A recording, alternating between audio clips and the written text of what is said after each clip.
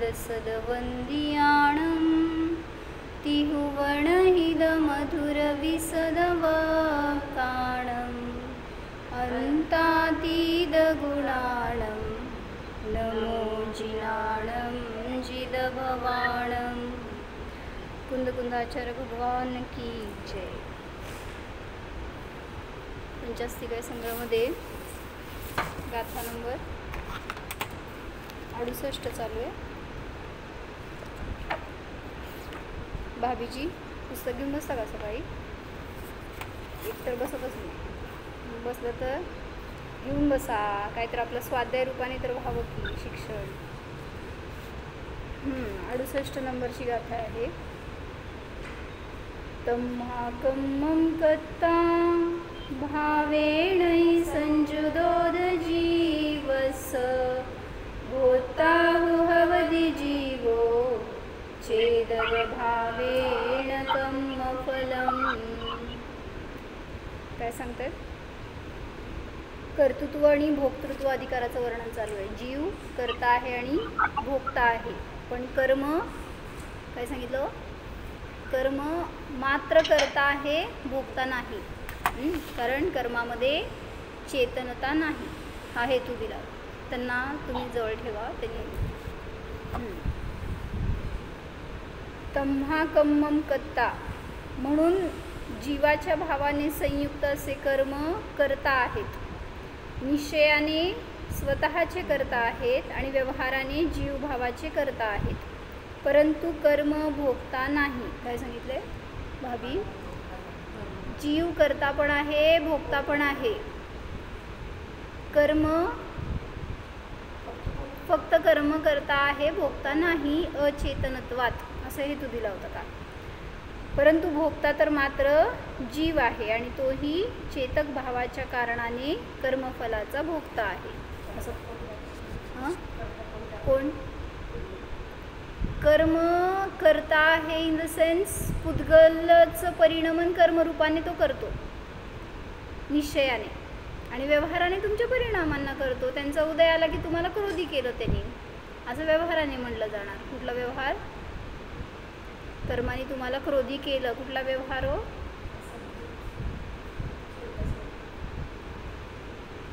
कोणता व्यवहार? रोज घेतला तरी तुम्ही बदलणार आहे रोज। असद्भुत अनुपचारित असद्भुत व्यवहार द्रव्यकर्म आहे ना। द्रव्यकर्म जीवाचा करता, एक क्षेत्रावगार पण 2 द्रव्य आहेत, त्यामुळे तिथं कर्ता कर्म संबंध दाखवला। तर याच्यासाठी आपण समयसारची 320 नंबरची गाथा बघत होतो की 3 प्रकारची चेतना सांगितली। कुठले? ज्ञान चेतना, कर्मचेतना आणि कर्मफल चेतना। तर त्यामध्ये जी कर्मफल चेतना आहे ती कोणाला आहे? मुख्यतेने म्हणायचं। मुख्यतेने एकेंद्रियांना कर्मफल चेतना, पुढं द्विंद्रियापासून असंज्ञ पंचेंद्रियापर्यंतच्या जीवांना आणि संज्ञ पंचेंद्रिय मिथ्या दृष्टीला सुद्धा काय आहे? कर्मचेतना। आणि ज्ञानचेतना सांगितलं आता मुख्यतेच्या सगळ्या अपेक्षेने बरं का। मुख्यतेने ज्ञानचेतना केवल ज्ञानींना आहे असं 39 नंबरच्या गाथेमध्ये त्यांनी पंचास्तिकामध्ये सांगितलं आहे, ते पण बघू। पहिल्यांदा 320 नंबरची समयसारची गाथा आहे, त्याच्यामध्ये काय सांगते बघू। परवा हे वाचलं होतं ना की 319 नंबरच्या टीकेमध्ये ज्ञानी कर्म चेतना से शून्य है तथा कर्मफल चेतना से भी शून्य है, हे सगळं मुख्यतेच्या अपेक्षेने कथन असतं बरं का। त्यामुळे जिथं जसं कथन आहे ते समजून घेऊन ग्रहण करा। ज्ञानी कर्मचेतना आणि कर्मफल चेतने शून्य असतो, इसलिए आप स्वतंत्र होकर करता नहीं होता और न भोगता ही होता है। इसलिए कर्म को न तो करता है न भोगता है। कोण? ज्ञानी कर्माला न करतो न भोगतो। ज्ञानी ज्ञान चेतना युक्त होने से केवल ज्ञाता ही है, उससे कर्म के बंध को तथा कर्म के शुभ अशुभ फल को केवल जानता ही है, भोगत नाही तर मात्र जाणतो असं सांगितलं। त्याचंच वर्णन पुढच्या गाथेमध्ये त्यांनी उदाहरण देऊन सांगितलं आहे। चांगलं उदाहरण घेतलं की जीव कर्मांचा करता आणि ज्ञानी कर्मांचा करता आणि भोगता नसतो. कुठल्या अपेक्षेने नसतो? ह्याच्यासाठी म्हणून दिठ्ठीज हे वणाणं अकारयंतः वेदयं चेव जाणय्य बंधमोक्षं कमुदयं निचरं चेव. राजश्री भाभी काय सांगायला लागले? दृष्टी काय करते हो? फक्त त्या पदार्थाला, काय म्हणले भाभी? दृष्टी पदार्थाला फक्त पाहते, करत नाही, जाणते म्हणा, नुसतं चालतंय. जैसे नेत्र देखने योग्य पदार्थ को देखता ही है, उनका करता और भोगता नहीं है. आग जळायला लागली आहे, समोर पाहतीये तुमची दृष्टी त्याला, पण काय करते हो? वेदन म्हणजे काय, ती उष्ण आहे, त्याला थंड करायचं आहे, करता न भोगता. म्हणजे दृष्टी जसं त्या पदार्थाला मात्र पाहते आणि जाणते, त्याच्यापेक्षा पुढं जाऊन करता भोगता होत नाही. त्याप्रमाणे उसी प्रकार ज्ञान भी बंध मोक्ष कर्म के उदय और निर्जरा को जानता ही है, करता भोगता नहीं है असं सांगायचं. ज्ञानी काय करतोय? कर्मांच्या उदयाला फक्त जाणतो, करत नाही किंवा भोगत नाही. मग उदय असू दे, बंद असू दे, निर्जरा असू दे, सगळ्याला तो मात्र जाणतो. कोण? मी, तो मीच. तर त्यांनी भावार्थामध्ये चांगला खुलासा घेतला आहे. 320 नंबरची समयसारची गाथा आहे, त्याचा भावार्थ आहे. ज्ञान का स्वभाव नेत्र की भांति दूर से जानने का है, इसलिए काय म्हणाले? समजण्याचं काय सोपं? राजश्री भाभी काय म्हणले? लक्ष द्या. ज्ञानाचा स्वभाव कसा आहे?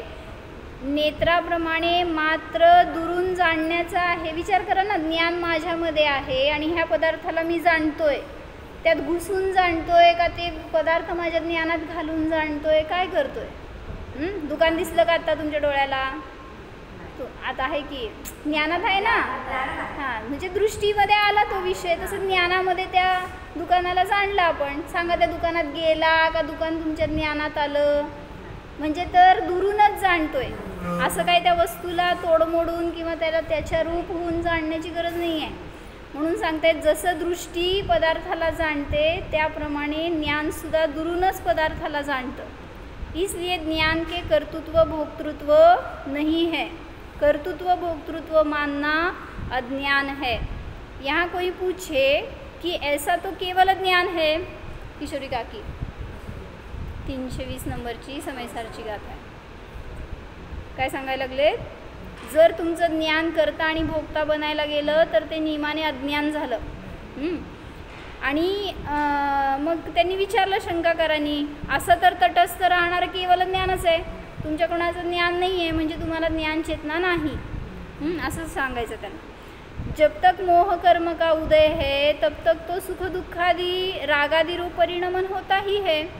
जब तक दर्शनावरण, ज्ञानावरण और वीर्यांतराय का उदय है तब तक अदर्शन, अज्ञान और असमर्थपना होता ही है. तब केवल ज्ञान के पहले नाज्ञाता दृष्टा कैसे कह सकते हैं? काय कळो?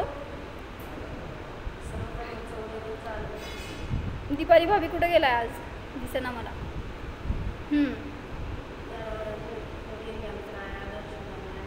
जोपर्यंत केवल ज्ञान होत नाही तोपर्यंत चार घाती कर्म आहेतच. मग ज्ञानावरण आहे, दर्शनावरणावरण आहे, म्हणजे अज्ञान आहे, अदर्शन आहे. आणि तसं समर्थपणासुद्धा नाही की जीव ज्ञाता द्रष्टा राहील सगळ्या गोष्टींचा, असं तर त्यामध्ये शक्ती नाही. म्हणजे काय सांगायचं त्यांना? शंका करायची शंका आहे बरं का. तो म्हणतोय की समोर असं काही दृश्य दिसतंय जेणेकरून की मला रागद्वेष उत्पन्न होतील, मग मी त्याचा ज्ञाताद्रष्टा राहायला पाहिजे अशी शक्ती माझ्यामध्ये नसती. मग मी कसं ज्ञाताद्रष्टा राहू शकतो? मग केवलीच राहू शकतात.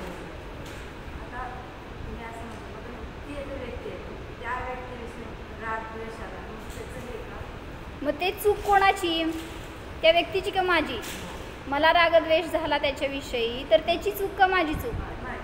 मग ते चूक भोगणार कोण? मग ते समोरचं काय करणार आहे त्याच्यामध्ये? मग हे सांगायलेत की तुम्ही चुकला तिथं, तुम्ही तशा रूपाने परिणमन केलं, काय म्हणायचं, विरुद्ध रूपाने, म्हणजे न्याय राहिला नाही त्याच्यामध्ये. म्हटल्यावर त्या शंकाकाराला तेच म्हणायचे की म्हणून केवलींनाच ज्ञानचेतना असते, बाकीच्या सगळ्या खालच्यांना तर शक्य नाही आहे. कोणी निंदा केली की मी लगेच काय करतो, त्याला रिॲक्ट करायला जातो. कोणी स्तुती केली की लगेच हुरळून जातो. म्हणून मी न्यायक राहण्याची शक्ती केवलींच्या पूर्वी कोणाला नाही, कारण त्यांच्या ठिकाणी ज्ञानावरण, दर्शनावरण आणि असमर्थपणा आहे, म्हणजे अंतराय कर्माचा उदय आहे. उसका समाधान, समयसारची गाथा आहे, 320 नंबरच्या गाथेचं वाचतो. यह तो पहले से ही कहते आए हैं की, हे सिद्धांत सांगतायत, यदि स्वतंत्र होकर करे और भोगे तो उसे वास्तव में करता भोगता कहते हैं. स्वतंत्रतेने जर करेल आणि भोगेल तर त्याला करता भोगता म्हणलं जातं. पण जर परवश, काल सांगितलं ना आपण 3 हेतू काय दिले होते, जीव कर्मांचा भोगता आहे का, परवश होने से. आणि अजून एक होतं, अजून 2 होते, निर्बलता से भोगता है, उदय की बलवत्ता से, उदयांची बलवत्ता असल्यामुळे, परवश झाल्यामुळे. आणि तिसरं काय होतं, निर्बल असल्यामुळे, निर्बलता से भोगता है, निर्बलता असल्यामुळे, बरोबर.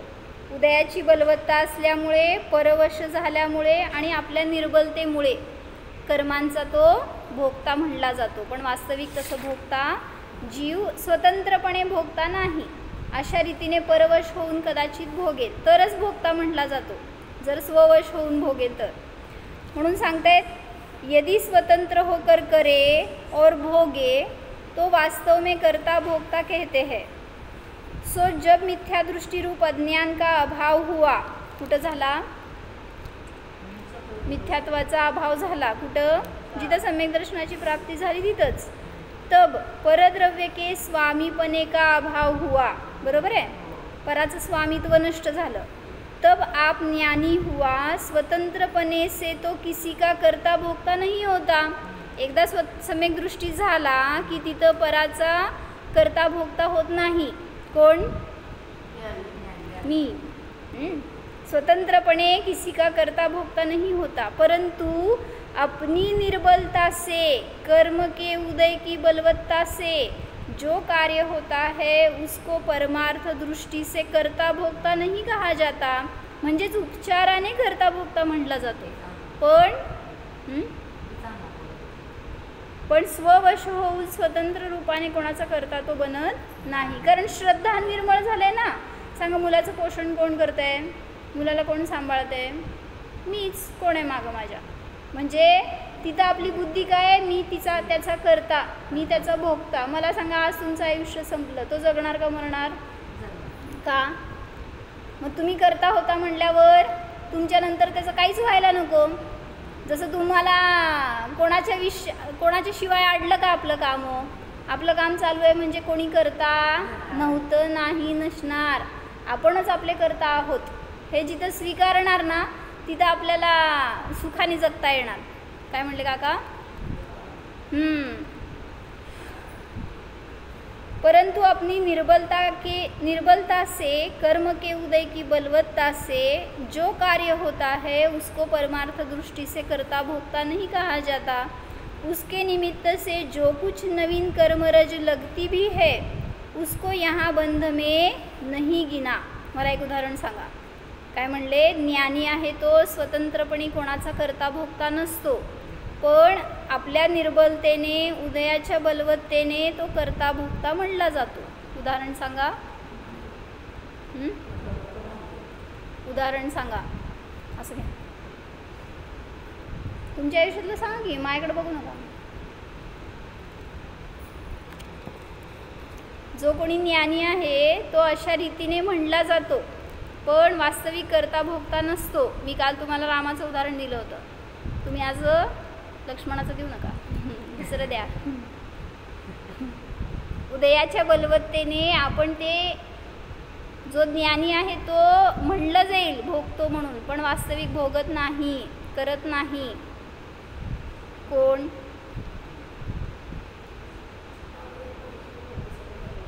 उदाहरण सांगा की.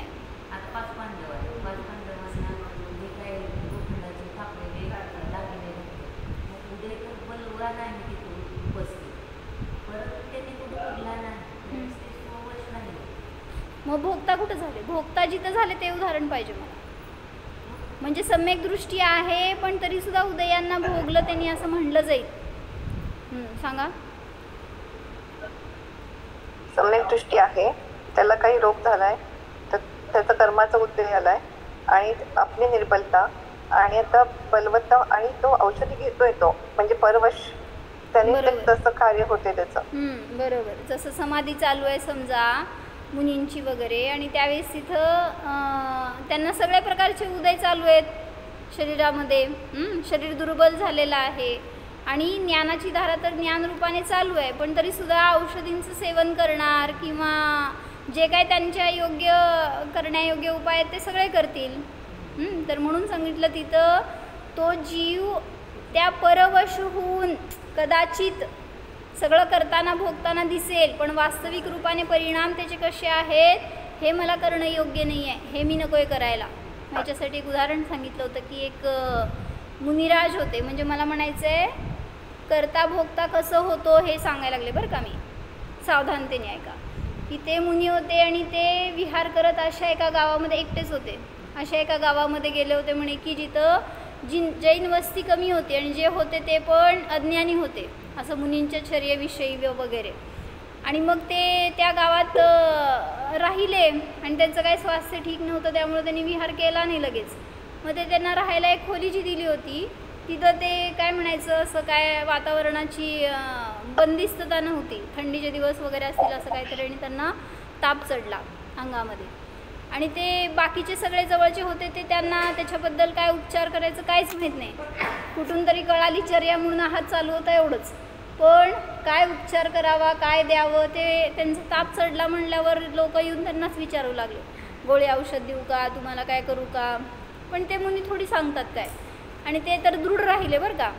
आणि त्यांचा ज्वर दुसऱ्या तिसऱ्या दिवशी खूप वाढला आणि रात्रीतनं काय झालं, आदल्या दिवशी त्यांनी काढा वगैरे दिला तर त्याच्यामध्ये खूप मात्रामध्ये त्यांनी तसलं लवंग मिरी दालचिनीचं प्रमाण वापरलं, तर रात्रीतनं त्यांना शोष पडला मुनींना. आणि त्याचा इतका दाह होऊ लागला त्यांना की सुधरेना त्यांना काय करायचं आणि काय नाही ते. त्यामुळं ते त्या दाहाला शमन करू शकत नव्हते. कसं तरी त्यांनी रात्र काढली आणि उदयाची बलवत्ता अशी की त्यांना कधी ग्रहण करेन असे भाव व्हायला लागले. पण लोक तर अज्ञानी, शेवटी बाहेर पडले तर कोणी तिथं बघणारं नव्हतं त्यांच्याकडं आणि त्यांचं काय त्रास व्हायला आहे कोणाला समजेना, तर तिथं पाणी भरणाऱ्या बायका होत्या, त्यांच्याकडनं बादली घेतली आणि तशीच पिली. आणि तो जो दाह झाला होता ना शरीरामध्ये त्याच्यावर ते पाणी ओतल्यामुळं त्याच्यातच अंत झाला. म्हणजे म्हणायचं आहे असा उद्रेक झाला होता ना कर्मांचा, उदयाची बलवत्ता अशी होती, ज्ञानी राहिले नाहीत हे मला सांगायचं आहे. म्हणजे उदयाच्या अधीन होऊन भोगले ते. जो ज्ञानी आहे तो कदाचित परवश होऊन भोगतो म्हणला जातो, पण तरीसुद्धा ज्ञान त्याचं नष्ट होत नाही, श्रद्धा ढळत नाही. पण इथं त्यांचं काय झालं म्हणजे ते भोगता झाले असं मला सांगायचं आहे. मग त्यांनी झाले तसं आपल्या जीवनामध्ये होणार की नाही होणार? नाही होणार. कर्मांचा उदय असा असतो की ओढून घेऊन जातो तुम्हाला, त्या उदयाच्या अधीन होतात तुम्ही. म्हणून सावधानता किती पाहिजे परिणामात हे सांगतायत. मी कधी मुनी झालो तर माझ्या आयुष्यात असा प्रसंग न घडो, माझी अशी काय अढळता राहो की जिथं कुठलाही उदय आला तरी पण मी त्याच्या अधीन व्हायला नको, त्याचा भोग घ्यायला नको. जो संसार है वह तो मिथ्यात्व है, मिथ्यात्व के चले जाने के बाद संसार का अभाव ही होता है. अभाव झाला का नाही हो मिथ्यात्व गेल्यावर? म्हणता ना तुम्ही काय अर्धकुद्गल परावर्तन काल शेष राहिला, मग अभाव झालाच ना.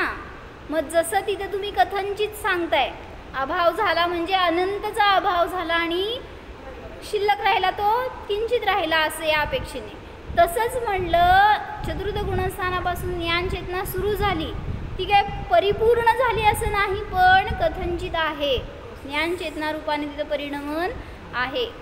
हे सांगायचं त्यांना. जरी तुम्ही म्हणता की भावी नाही गम नाही, भावी कशाला, वर्तमानामध्ये ज्ञान चेतना आहे की नाही. पूर्णपणे जसं केवळ त्यांची अपेक्षा घेतली समजा आपण, तर पूर्ण 13व्या मध्ये होणार ना. मिथ्यात्व गेल्यावर संसाराचा अभाव झाला की नाही, वर्तमानात सांगताय ना तुम्ही, अभाव झाला, अनंतचा अभाव झाला आणि एवढं अर्धपुद्गल परावर्तन मात्र शेष राहिलं एवढं सांगताय. त्याचप्रमाणे जेव्हा अज्ञान नष्ट झालं, मिथ्यात्वाबरोबर अज्ञान पण नष्ट झालं, तिथं ज्ञानचेतना प्रगट झाली, आंशिक का असे ना शुद्धी सुरू झाली चतुर्थ गुणस्थानापासून, म्हणून त्या जीवाला सुद्धा ज्ञानचेतना आहेच. हे सांगितलं. इथलं पूर्ण वाचते एकदा मी. मिथ्यात्व गेलं की त्याचं आपण म्हणतो संसाराचा अभाव झाला, अजून झाला नाही ऍक्च्युली ना, अजून तो संसारातच आहे आणि काय तेच तर सांगायचंय. 2 प्रतिषेध माहिती आहेत, प्रसज्ज प्रतिषेध आणि परियुदास प्रतिषेध. कशाला म्हणायचं संध्याकाळी, कशाला म्हणायचं? हां, प्रसज्ज प्रतिषेध म्हणजे सर्वथा निषेध आणि परियुदास म्हणजे कथंचित निषेध. जसं म्हणलं की हां, किंवा दुसरं उदाहरण दिलं की वांझ स्त्रीला पोट नाही आहे म्हणतात. कुठला प्रतिषेध हो? पोट नाही का तिला? आहे, पण ज्या अपेक्षेने सांगायचं आहे कथंचित त्या अपेक्षेने नाही, म्हणून तिथं प्रसज्ज नाही आहे, परियुदास प्रतिषेध आहे. तसंच त्यांनी आता उदाहरण सांगितलं की जीव अज्ञानी आहे म्हणता. हा जीव अज्ञानी आहे असं तुम्ही म्हणता, त्यावेळेस ज्ञान नाही आहे का हो? हां, मग ते झालं परियुदास प्रतिषेध. आणि ह्या टेबल माईक ह्याच्यामध्ये ज्ञान नाही आहे हे म्हणणं प्रसज्ज प्रतिषेध. कशासाठी सांगितलं? तसं मिथ्यात्व गेल्यावर कथंचित संसाराचा अभाव झाला, म्हणजे संसाराचा अभाव झाला, तो प्रसज्ज नाही झाला अजून, परियुदास प्रतिषेध आहे. होणार कधी? हां, जेव्हा 14व्या गुणस्थानाचा अंत होणार त्या समयामध्ये संपूर्ण संसाराचा अभाव होणार.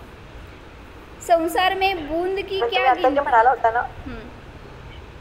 उदरचं जे म्हणलं होता ना, उनोदर असं काय म्हणतात, तिला पोट नाहीये, सुंदर जी आहे मुलगी, तर तिला उदर नाही असं पण म्हणलं जातं. संस्कृतमध्ये एक शब्द येतो, मला आठवत नाही आता, पण तिला पोट नाहीये, काहीतरी आहे तिला पण सौंदर्याचा एक भाग म्हणून त्या हिशोबाने असं म्हटलं जातं. तुम्ही आता म्हणालात तर वांझचं पण उदाहरण दिलं होतं त्याच्या हिशोबाने. समुद्र में बूंद की क्या गिनती, म्हणजे समुद्रा एवढा संसार होता, तो आता एक बूंद प्रमाण राहिला असं म्हणत असताना त्याच्यामध्ये कंपॅरिझन नाही ना, म्हणून म्हटलं जातं संसार संपला. इतना और भी जाना कि केवल ज्ञानी तो साक्षात शुद्धात्म स्वरूप ही है.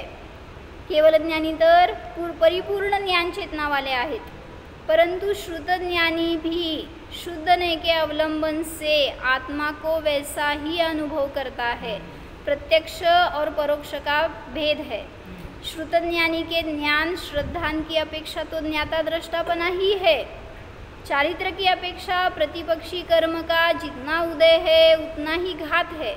इसके नाश करने का उद्यम है. म्हणजे जोपर्यंत चतुर्थ गुणस्थानापासून वर चारित्रमोहाचा उदय आहे तोपर्यंत तो जीव अस्थिर दिसेल, संपूर्ण ज्ञान चेतना रूपाने परिणमन करताना दिसणार नाही, जसं केवल ज्ञानींची परिणती आहे. पण तरीसुद्धा त्याच्याकडे ज्ञान चेतना नाही असं नाही. कशासाठी सांगालोय सगळं आपण हे? भोगता, म्हणजे कर्म आणि कर्मफळाला जीव भोगतो का नाही भोगत, कोण भोगतो आणि कुठंपर्यंत असते ती चेतना, ह्याच्यासाठी. मग मी परवा एक दिवस असं बोलताना बोलले होते की 13व्या गुणस्थानापर्यंत कर्मांचा उदय चालू आहे, तर तो जीव तिथंपर्यंत उपचाराने भोगता असेल असं मी बोलले होते. पण 13व्या गुणस्थानामध्ये नाही आहे बरं का, 12व्या गुणस्थानापर्यंतच जरी कर्मांचा उदय चालू आहे कुठं 13व्या गुणस्थानात, तरीसुद्धा तो जीव संपूर्ण ज्ञानावरण दर्शनावरण अंतराय आणि मोहाचा अभाव झाल्यामुळं त्या कर्मांचं वेदन करत नाही. भलेही 12व्या गुणस्थानापर्यंतचा पण जीव करत नाही. 7 ते 12 गुणस्थांवरती जीव काय करतो, किती कर्मांना वेदन करतो, भोगतो. मग तुम्ही का भोगता? माहीत आहे ना कर्मांचा भोग घेतल्यावर त्रास होणार आहे आपल्याला, मग का भोगता हो? सगळं कळून सुद्धा अज्ञानी बनतोय आपण. कर्मांचा उदय आल्यावर तिथं काय करायला पाहिजे? असं मी ना मला सांगते ना, न्यायिक राहायला पाहिजे, बरोबर आहे. पण ते इतर फक्त 4 दिवारीमध्ये आल्यावर कळ लागतं, लक्षात राहतं. बाहेर गेल्यावर, दुकानात बसल्यावर, घरात बसल्यावर काहीतरी केलं परिज्ञानी, काय करता हो? फोडलं काहीतरी समजा तुमचं घरातलं, काय करता? ज्ञाताद्रष्टा सगळे फोडत बसती समोर मग तुमच्या, बघा. म्हणजे जिथं तुम्ही राहू शकता तिथं ज्ञाताच राहा हे सांगायचं त्यांना. काय म्हणले आस्था? हॅलो आस्था? म्हणजे ज्ञान सुरक्षित ठेवलं ना, ज्ञानाने सुरक्षित ठेवा पहिल्यांदा स्वतःला, तर बाहेर तुम्ही काय पण करा तिथं त्याच्यामध्ये त्याचा इतका. म्हणूनच त्यांनी सांगितलं स्ववश होऊन करता भोगता बनलात तर समजून घ्या अडकलात कर्मामध्ये, संसारामध्ये. पण परवश होऊन केलात तर ते बंधन लूज असतो, त्याच्याने तुम्हाला जास्त तीव्रता नाही आहे त्या बंधनामध्ये, सहज नष्ट होत जाणार.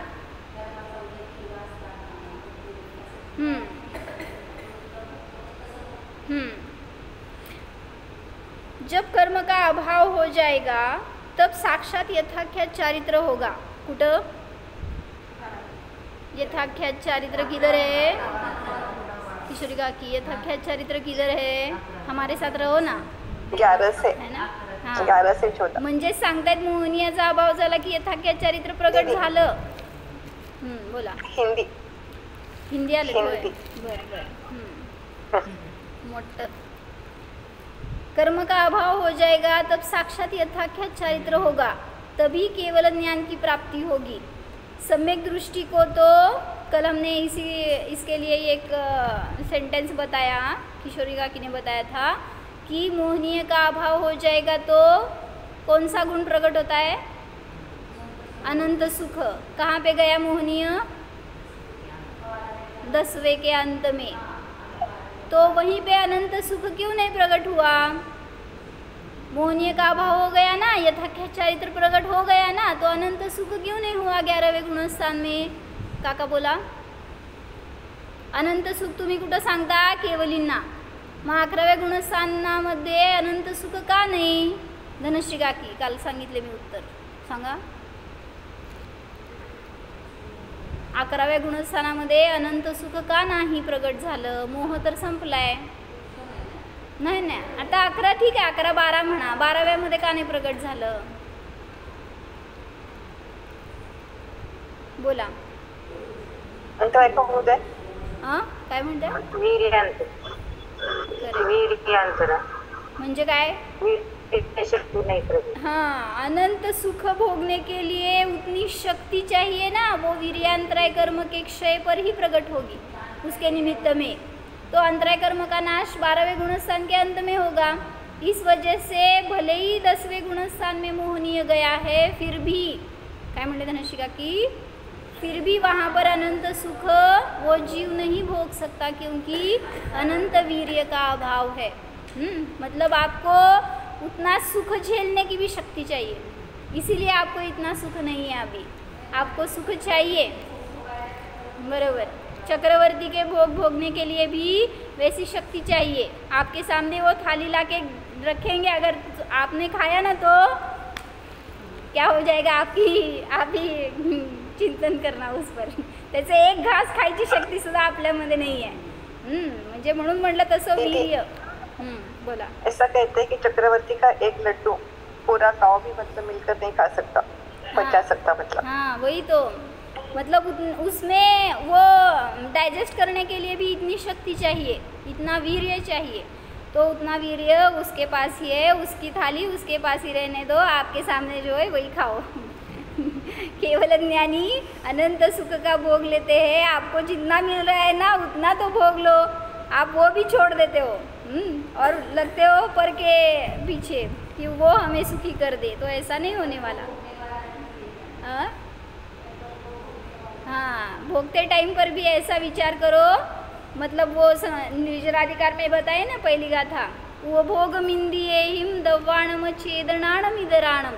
चेतन और अचेतन का भोग लेता है सम्यक दृष्टि, भोग लेते टाइम पर भी उसकी निर्जरा है। क्यों? खाना खा रहा है वो, सभी वस्त्राभूषण सभी है, पर क्या स्त्री का भोग ले रहा है, सभी परिवार के साथ है, सब चल रहा है, लेकिन फिर भी निर्जरा चल रही है। क्यों? सम्यक दर्शन, इतना ही, सम्यक दर्शन होने से ये कारण है। तो पहले उतना प्राप्त करो ना, उसके बाद में सभी भोग भी छूटते जाएंगे। दृष्टि बदल गई तो बस वो भोग है तो भी वो आपको बंध के लिए कारण नहीं ठहरेंगे। सम्यक दृष्टि को तो ज्ञानी कहते हैं, सो मिथ्यात्व के अभाव की अपेक्षा ही कहते हैं। यदि अपेक्षा नहीं ली जाए तो ज्ञान सामान्य से तो सभी जीव ज्ञानी है, विशेष अपेक्षा से ली जाए तो जब तक कुछ भी अज्ञान रहे तब तक ज्ञानी नहीं कहा जा सकता। क्या बताया? मुझे ये सबसे इतना ही सिद्ध करना है, अज्ञान चेतना 12वें गुणस्थान तक है, और जहाँ तक अज्ञान चेतना है वहाँ तक कर्म और कर्मफल चेतना कैसे भी कहो है, उपचार से कहो या गौण रूप से कहो है। मुख्यता से जो बताया वो एकेंद्रिय को कर्मफल चेतना है, द्विंद्रिय से पंचेंद्रिय तक सौज्ञ सौज्ञ मिथ्या दृष्टि सभी को कर्म चेतना और कर्मफल चेतना भी है, और मुख्य रूप से केवल ज्ञानी को ज्ञान चेतना है। बीच के जीव ऐसे रह गए, उनको कौन सी चेतना? फिर गाथा की अपेक्षा से तो सभी चेतनाएं पहले गुणस्थान में और 13वें गुणस्थान में ही लगाई, बीच के जीवों को कुछ नहीं कहा वहाँ पे। तो उनका क्वेश्चन था कि ज्ञानी को कर्म चेतना और कर्मफल चेतना मत कहो, चौथे गुणस्थान से सिर्फ ज्ञान चेतना ही कहो, ऐसा उनका क्वेश्चन है। तो उसके लिए ये मैं खंडन कर रही हूँ उनका।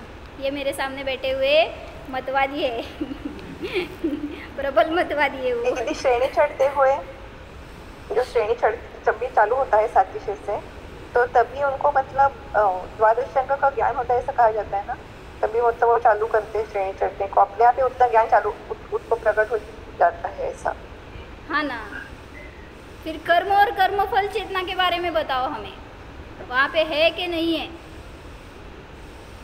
मुझे बहुत आधार मिले। आज सुबह मैं 5 बजे से देखते बैठी थी मेरे पास बहुत अभी स्ट्रॉन्ग शक्ति आ गई है मैं सिद्ध करके बता सकती हूँ मुझे टाइम दो थोड़ा, 6 मिनट रह गए। हाँ, ज्ञानी को तीनों भी चेतना है। हाँ ना, उसके लिए आधार चाहिए। उसके लिए आप बोलेंगे और हम मान लेंगे, ऐसा थोड़ी होता है। यहाँ पे बैठे हुए ये बोल रहे हैं ज्ञानी को ज्ञान चेतना ही होती है। अभी किसका सुने? अभी मेरा सुनो। तीनों भी होती है। यदि अपेक्षा नहीं ली जाए तो ज्ञान सामान्य से तो सभी जीव ज्ञानी है, विशेष अपेक्षा ली जाए तो जब तक अज्ञान रहे तब तक ज्ञानी नहीं कहा जा सकता। जैसे सिद्धांत में जो भाव लगाए गए, जब तक केवल ज्ञान नहीं होता तब तक 12वां गुणस्थान पर्यंत अज्ञान भाव ही लगाया है। इसलिए यहाँ ज्ञानी अज्ञानी कहना सम्यक्त्व मिथ्यात्व की अपेक्षा जानना। परिपूर्ण ज्ञान जब तक नहीं होता तब तक ज्ञान की अपेक्षा वो अज्ञानी ही है। और इस वजह से आपने जैसे बताया औदैहिक अज्ञान की अपेक्षा से उस जीव के पास भी वैसी कर्म और कर्मफल चेतना है। तो इसके लिए मुझे वर्णी जी के पास ऐसे स्पष्ट सेंटेंस मिला, वो मैं बताती हूँ। 85 इकाई की 38 नंबर की गाथा है, 38 और 39 नहीं। श्री राम का भी उदाहरण आता है ना उसमें, कि वो भी ज्ञानी होते हुए भी सीता जब गई तो वे ऐसे दुखी हो रहे थे। बताया ना कल मैंने ये उदाहरण, कि नहीं बताया? 85 इकाई में 39 नंबर की गाथा है, उसका प्रवचन है आपके पास पुस्तक हो तो 166 पेज है। उसमें उसने पूछा है उन्होंने, ज्ञान चेतना किसके होती है, कर्म चेतना और कर्मफल चेतना किसके होती है? तो कर्म चेतना और कर्मफल चेतना पहले गुणस्थान से, अभी उन्होंने 6ठे गुणस्थान तक ऐसे लिखा है यहाँ पे, समझ लो। ज्ञान चेतना 7वें गुणस्थान से, विवक्षा प्रत्येक क्या बोलते वक्ता की अलग अलग अपेक्षा से लगाते हैं। दूसरी दृष्टि जगती है तो जो श्रद्धा और प्रतीति में है, वास्तविकता तो उसकी है। अब ज्ञान चेतना किसके है? सम्यक दृष्टि के है। कर्मफल और कर्म चेतना सम्यक दृष्टि के नहीं है, असं सांगायलेत बरं का। इस प्रकरण में जिस प्रकार भूमिका आकर वर्णन किया है उसमें यह बताया है कि कर्मफल चेतना एकेंद्रिय जीवों के होती है। दीपका की काय म्हटले? कुठे आहे वही पेन? असं यायचं असतं शाळेमध्ये आणि मग काय करायचं? बाहेर जाऊ घेऊन या। काय गाथा नंबर 39 गाथा आहे आणि प्रवचनचं पेज 166 आहे। हां, तर काय सांगायला लागले? कर्मफल चेतना एक इंद्रिय जीवों के होती है। कर्म चेतना 2 इंद्रिय जीवों से लेकर काकी जब तक केवल ज्ञान न हो तब तक। कोणती चेतना? कर्म चेतना जब तक केवल ज्ञान न हो तब तक, यानी कब तक? बोल कुठं? बरोबर, 13वें गुणस्थान। हाँ, 12वें गुणस्थानाच्या अंत तक। यह कर्म और कर्मफल को चेतता रहता है। यह कर्म अपने उदय से तब तक कुछ न कुछ कर रहे हैं। केवल ज्ञान होने के बाद फिर न कोई उपद्रव है न किसी प्रकार की बाधा है। तो स्थावर जीव कर्मफल चेतना करते हैं, ये मुख्यता से कहा। त्रस जीव ये भी यद्यपि मोह से मलिमस है, ज्ञानावरण से बुद्धि सामर्थ्य भी रुकी हुई है, फिर भी कुछ वीर्यांतराय कर्म का क्षयक्षम पाया है जिसके कारण सामर्थ्य प्रकट होता है। किसके लिए? किसके लिए सामर्थ्य किसके लिए प्रकट हुआ है? तुम्ही माझ्याजवळ राहा की माझ्याबरोबर, मला आपलं एवढं चांगलं सांगायचं आहे। हाँ, कर्म चेतना बोलो उसको। कर्म चेतना का सामर्थ्य प्रकट हो गया द्विंद्रिय से पंचेंद्रिय तक। वह किसी बात के कारण बन जाए, किसी के कार्य बन जाए, कुछ पहचान कर सके, ऐसे कर्म की सामर्थ्य प्रकट होती है। वे जीव कर्म चेतना से मुक्त नहीं है। क्या बोला?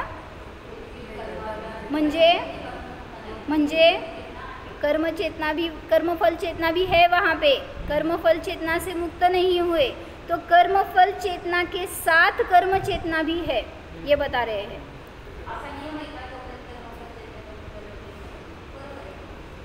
नहीं, कर्मफल चेतना तो एक इंद्रिय में है, कर्म चेतना 2 इंद्रिय से शुरू हो गई। तो जहाँ तक 12वां गुणस्थान है वहाँ तक कर्मफल चेतना भी है और कर्म चेतना भी है, ऐसा बता रहे। ओ बसा 5 मिनटं संजय काका, संपलं 5 मिनटं या, 1च मिनटं आहे, 5 मिनटं पण नाही संपले माझे मिनिट। वे जीव कर्मफल चेतना से मुक्त नहीं है, वह तो चल ही रही है। सुख दुख रूप जो कर्मफल है उसका अनुभवन उनमें चल रहा है, पर साथ ही वे कर्मों को प्रधान रूप से चेत रहे हैं। काय म्हणले? कर्मफल चेतना पण आहे आणि कर्मचेतना पण आहे, मुख्यतेने कर्मचेतना आहे। त्रस शुद्धोपयोग नाही, द्विंद्रियापासून ते पंचेंद्रियापर्यंतच्या जीवांमध्ये कर्मचेतना मुख्यता से है, लेकिन उसके साथ कर्मफल चेतना नहीं है, ऐसे नहीं है। सुख दुख का अनुभव है तब तक कर्मफल चेतना भी है। इसके लिए ये सब खुलासा किया और है वहाँ आगे कल देखते हैं। दीदी संपली वेळ। कर्म चेतना और कर्म हो जाणा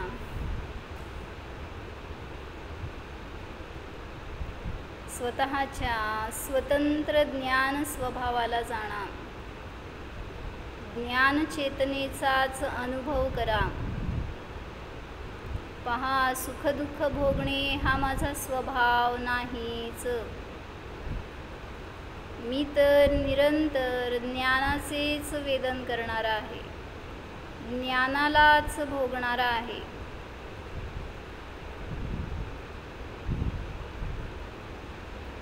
परिपूर्ण ज्ञानवाला जीव जाणा, माझ्यामध्ये अज्ञान नाहीच, अपूर्णता नाहीच। ज्ञानघनस्वरूपोऽहं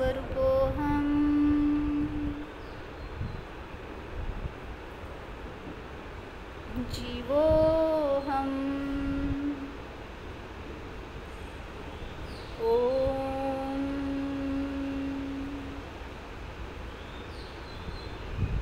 विसर्जन। नमो अरिहंता।